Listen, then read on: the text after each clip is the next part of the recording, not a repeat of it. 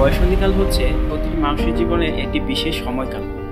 ধরো একটি শিশুর জীবনে বয়ঃসন্ধিকাল সময় আসবে 13 থেকে 14 বছর বয়সে যে সময়টুকু, এই সময়কেই বয়ঃসন্ধিকাল বলে ধরা হয়।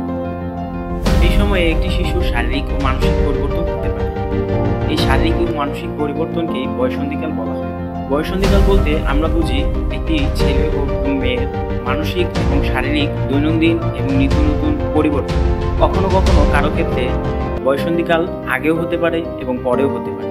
13 থেকে 14 বছর বয়সে একটি ছেলের স্বাভাবিক পরিবর্তন হতে পারে, যা আমরা লক্ষ্য করে থাকি, এবং একটি মেয়েরও সেম একইভাবেই পরিবর্তন দেখা যায়।